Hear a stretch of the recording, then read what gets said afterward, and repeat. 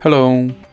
In this video I will show you how to install Chat GPT Widget on Samsung Galaxy Tab S10 FE+.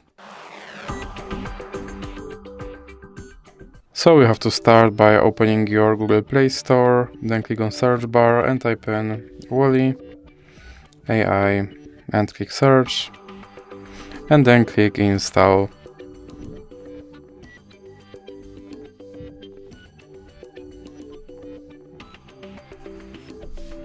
Now you can click open, and then click on this button to skip introduction, then click not now and click open permissions.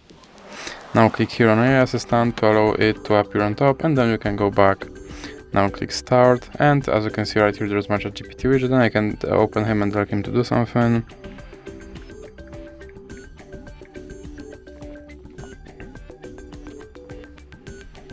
And as you can see, he responded. And if you want to remove him from your screen, simply drag him into the X icon in the middle. So that's it for this video. If you liked it, please remember to leave a like and subscribe.